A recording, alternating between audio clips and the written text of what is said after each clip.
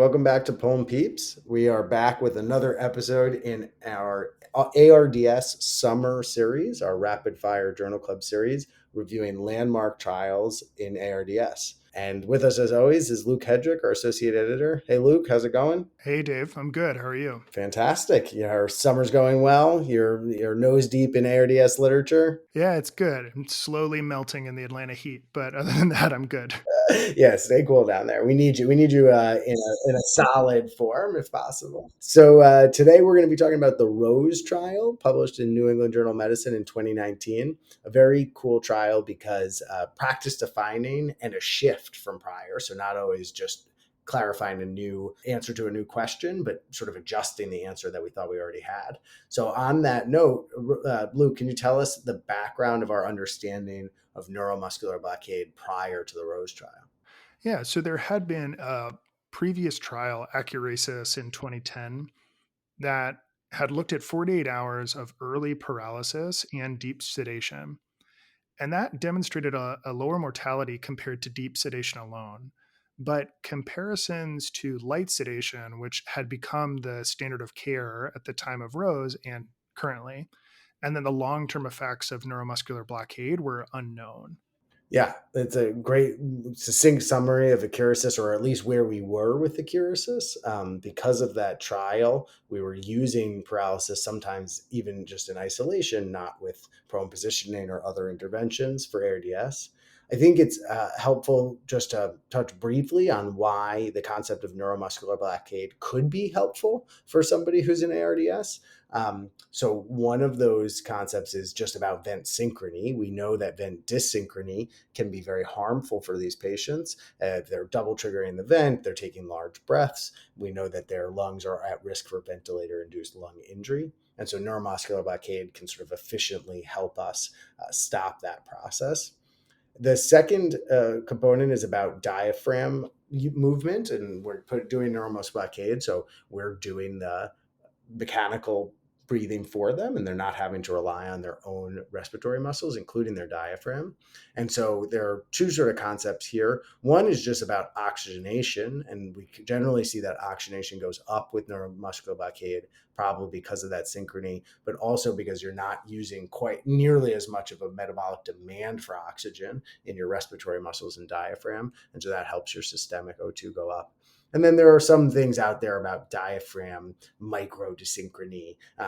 We certainly care a lot about diaphragm health now. And so there was a thought that having somebody not having any harmful interactions between their diaphragm and the ventilator could lead to benefit. Anything that you else wanted to mention about just neuromuscular blockade in general, Luke? No, I think those covered kind of the big reasons I feel like it was getting used and still sometimes gets used now. Kind of the taking away someone's respiratory drive and assuring synchrony with the ventilator, and then reducing their kind of overall metabolic demands and oxygen requirements. Yeah, fantastic. And I think that we should mention explicitly that one of the risks that we always worry about is just this really profound neuromuscular or ICU acquired myopathy or weakness that you can get. That neuromuscular blockade may worsen, and so people do worry about using them. And then this I will not take us on too much of a deviation for, but there's also always been this study of whether cisatracurium is a little hypoinflammatory itself. And so most of these studies of neuromuscular blockade are using cisatracurium as opposed to rocuronium or other things that you can use. And some of it is about, is there a inherent anti-inflammatory effect of that drug? But so all just things for us to keep in mind as we dive into this trial. So with that background, can you tell us about the study design of Rose? Yeah, so this was a multi-center, unblinded, randomized trial in 48 US hospitals that ran from January of 2016 to the spring of 2018. Their primary outcome was 90-day in-hospital mortality, and key secondary outcomes were ICU acquired weakness and then also cardiovascular events. In terms of who was in the trial, they included patients with ARDS with a P to F that was under 150, with a requirement of having a PEEP of at least 8 for less than 48 hours. They had a handful of exclusion criteria. If you'd been intubated for more than 5 days, if you were already paralyzed, They had chronic hypercarbia or home positive airway use, positive airway pressure use, that is to say, home CPAP or BiPAP, unless that was purely for sleep disordered breathing. So you could have OSA and be on a CPAP at home, but you couldn't have chronic respiratory failure requiring a home vent. Morbid obesity, neuromuscular disease, DAH, bad cirrhosis all got excluded. And then the kind of usual in some of these trials, I feel like it's a theme. A lot of them excluded people with BMTs or listed for lung transplant, bad burns, or if you were being treated for elevated intracranial pressure. Fantastic. Yeah, I think they're really trying to hone in on these early ARDS patients and not ones where we might be needing neuromuscular blockade for other reasons, like really trying to get good vent synchrony for bad hypoventilation or acute hypercapnic respiratory failure. So, in sum, who did we end up getting in the trial and who are we hoping to look at? Yeah, so in summary, the population here was middle-aged patients with early severe ARDS and high rates of multisystem organ failure. So the mean baseline P to F was actually just under 100 for both groups, and more than half the patients in each arm were in shock. The mean SOFA scores were higher than 8 in each arm, and that, if you're like me and don't think clinically in SOFA scores all the time, what that implies is that 1 to 2 other organs besides the lungs were failing at the time of enrollment. And then we've mentioned this on each of our episodes that mean P to F of less than 100, as you said, is pretty severe ARDS, given that's where the average patient was sitting. All right, so we want to know what they were doing with these patients so that we can apply it to our bedside practice. So, what were the interventions that they applied to these two groups? Yeah, so they had 1,006 people that they stratified by site and then randomized to either an intervention arm that was 48 hours of continuous cisatracurium with deep sedation that they defined as a RAS of -5 or the equivalent. Some of the sites used a slightly different scale to assess level of sedation, but essentially a RAS -5 or the equivalent. They used a fixed dose of that infusion that was not adjusted for train of 4. That was pretty explicitly to replicate what they did in Accuresis. And then neuromuscular blockade was stopped early before that 48 hours if the FiO2 got to 40% or less and the PEEP got to 8 or less for at least 12 hours. So if people got better, they stopped or lightened the paralytics. And then the control arm was light sedation, which they defined as a RAS score of 0 to -1, or again, the equivalent but at your institution. Importantly, since again, all these trials are ventilator trials, and so, or trials of patients on the ventilator, and so there are some other details that matter. Everybody got low tidal volume ventilation, and everybody used high PEEP for 5 days, unless they didn't tolerate it hemodynamically. Both groups were allowed to use a bolus of cisatracurium if the plateau pressure was more than 30 for 10 minutes, despite changes to sedation, tidal volume, or PEEP. They suggested proning, and a conservative fluid management strategy was recommended. Fantastic. Yeah, we often see neuromuscular blockade used in combination with proning just for the safety of that actual movement, either in a bolus prior to flips or as a drip. And so, it's important that they recommended this as part of their optimal care for their groups that were getting the interventions. And then we'll just mention, because you mentioned train of 4, people are not familiar with that. That's sort of just a stimulator you use to see how many twitches a person can have, the most being 4 twitches, and that you're not on much neuromuscular blockade. Probably 2 out of 4 we would consider to be generally adequate, and 1 out of 4 for really intubation or something where you want somebody to be truly with neuromuscular blockade. But we are not titrating to that in this study. We're just using our fixed dose drip. So a pretty good study to set up our question. And the real highlight here is focusing on that different sedation goal in the control arm. And so I think this is where this deviates from Accuresis quite a bit, in that we're not saying RAS goal -5 versus RAS goal -5 with neuromuscular blockade. We're saying safe ventilation with light sedation, if it can be achieved, versus heavy sedation with neuromuscular blockade. So in that context, what did they end up finding? Yeah, so real quickly before we get into the outcomes, I think it's worth mentioning that their power calculation, so they estimated with 1,400 patients, when in reality they had less than that, 1,000, a 90% power to detect an 8% mortality reduction which is a pretty big difference that we tend not to see things quite that large in ICU trials. And then on top of that, they didn't quite recruit to that number. So I keep that in the back of my mind as I look at some of the outcomes. But in general, this trial was a neutral trial. It was actually stopped for futility after the second interim analysis. 90-day in-hospital mortality was exactly the same. It was 42% versus 42.8% in the two arms. And there was no change in vent-free days or ICU length of stay. And then when you think about some of the safety indicators as well, there were higher rates of ICU acquired weakness in the deep sedation and paralysis arms. So 46.8% of those patients had ICU acquired weakness at day 28 versus 27.5% in the control light sedation arm. There were numerically more and just statistically significantly more serious cardiovascular events in the intervention arm as well, 14 versus 4. Yeah, so this is really interesting. A surprise result for people who were quoting the literature in sort of a different direction for years before this study, although obviously not a total surprise because they wanted to take a look and see if this outcome was going to be adequate or not. I think just looking at these numbers, no difference in mortality, stopped for futility for people who may not be as familiar with that, just sort of means that based on the statistics they were using, it basically would have been impossible for them to cross the threshold of finding a meaningful result. But these are pretty darn close, 42 versus 42.8%. So it doesn't look like there's a trend in that direction. No change in ventilator free days. And then a pretty impressive safety signal, a difference of 19.4% that looks statistically significant for more ICU acquired weakness, all makes me worry that this intervention of doing heavy sedation and neuromuscular blockade is not beneficial for these patients. But we always have to take that in the context of the study and any limitations, right? So we want to be good readers of the literature and do it so with a shrewd and skeptical eye. So in that context, Luke, some limitations or things that we should be aware of for this trial? Yeah, I think interpreting rows can be a little tricky just in that there's a handful of limitations here, though I agree with kind of everything you just said about the overall takeaway here.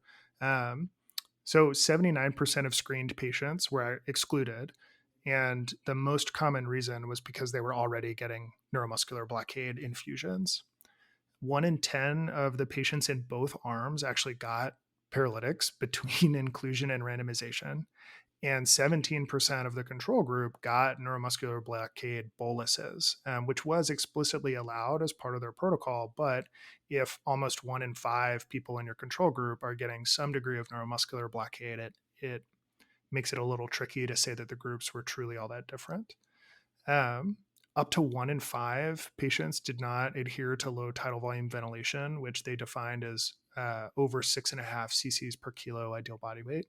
And then only 15.8% of people got proned, which we know from Proseva has a really impressive mortality benefit. And so you wonder whether um, there could have been potentially some different findings had some of their patients benefited from that proning. And then, this is, as we mentioned a couple times, a different result from Acuresis, that earlier study. I think some important distinctions between the two papers are that Acuresis was earlier, so in a different kind of standard of care milieu. It's a smaller study. It did have a similar patient population, but they weren't using high PEEP, which maybe has a protective effect, like they were using in Rose. The control group there was deep sedation, which we've kind of mentioned a couple times now might be harmful. And the control group here in Rose was light sedation. And then they also enrolled their patients a little bit later in Acuresis. And so you always wonder about the effect of survivorship bias. Yeah, the great job sort of pointing out the intricacies of this. That high of amount of people who were excluded on screening, and then commonality being that a lot of them are already getting neuromuscular blockade, definitely makes you think about who the patients are here. And the clinicians at the bedside there thought that some of them needed it and would benefit from it. That being said, I think I'm a big believer that clinicians at the bedside, while their judgment is super important, we sometimes have our own biases that we apply to that into these patients. And we talked about that some with the ECMO studies as well. I think that this trial is really helpful in saying that neuromuscular blockade in and of itself for someone who was, say, already deeply sedated, just as an adjunct, but was still hypoxemic, is probably unlikely to have benefit. But I think there, as you kind of pointed out, a lot of caveats to that. You really need to make sure that you were doing lung protective ventilation, doing best practices with proning. We still don't have a great answer of how this data goes in with the proning data because of that low percentage that you mentioned. And so I think how you would end up combining this with the findings from Perceiva still begs some clinical questions. And then, most importantly for me, and when I hear this trial misquoted sometimes, is that people say, oh, well, we're just not going to add neuromuscular blockade because it's going to have no benefit from this patient. And I always like to add, well, that's assuming you're doing light sedation for that patient in the control arm, because often those people are just RAS -5 anyway. And then, yeah, I'm not in a rush to add neuromuscular blockade, but I'm not saying that they are going to be the patients in this Rose trial if we're not following what they were really kind of doing as their control intervention. Luke, how do you put it together for yourself? What's sort of the takeaway that you bring to your clinical practice? Yeah, I think I kind of interpret this in a really similar way. For me, what Rose, what I take away from Rose is that early continuous neuromuscular blockade in moderate to severe ARDS is unlikely to have a mortality benefit. And it may worsen ICU acquired weakness and cardiovascular outcomes when you compare it to light sedation. Yeah, 100%. And I think that I definitely don't just reach for it in my hypoxemia. In fact, you'll see in the new ARDS guidelines that came out from ATS and ERS, they're slightly separated, but they have these beautiful pictures about where on the severity you should think about other interventions. And I think this helps us realize that paralysis alone is not something we're going to be reaching for. We have some other options to consider. Uh, I do. I do within this think that you still should have a good sense of when to use neuromuscular blockade, right? When people are not synchronous, when you think they would benefit from proning, but people are uncomfortable proning them. So it as a bridge to achieving lung protective ventilation or proning, this trial should not scare you away from it, but it's really it in and of itself as a treatment is very unlikely to have benefit. And then, yeah, we should talk a little bit about the harms, about the neuromuscular weakness and the cardiovascular outcomes. Any thoughts that came up to you as you were delving through this literature, Luke? Yeah, I think it's the ICU acquired weakness outcome is an interesting one, both in that I think kind of intuitively, that doesn't surprise me. When you look kind of in more detail at the data, that technically was not statistically significant difference at 7 days. It was significant at 28 days, and then the like at any point in 28 days comparison was not significant, and so that's a little tricky for me about how to quite incorporate that. That being said, I feel like there is a pretty decent physiologic explanation, and I don't have a really compelling reason to routinely be adding neuromuscular blockade, absent specific circumstances like bad vent dysynchronies, someone who's auto peeping and I can't fix it without paralysis. And so I think it the safety signal kind of gives me pause enough that without a really compelling reason to be doing this more routinely, I think I tend away from it. Yeah, I think the not being significant at any point or the 7 days is interesting, but I like them looking at 28 days. And honestly, it'd be interesting to look even longer. We know now that PICS and post ICU syndrome has sort of been under recognized as the important impact on these patients. And having severe neuromuscular weakness at a month after recovery and not being able to get back to the things you were doing before certainly has a toll on patients. So it does make me more wary. Well, this was great. This was a great discussion. I think it adds to our database of knowledge about ARDS. More to come. And so we hope you guys will keep tuning in. Have a good summer day.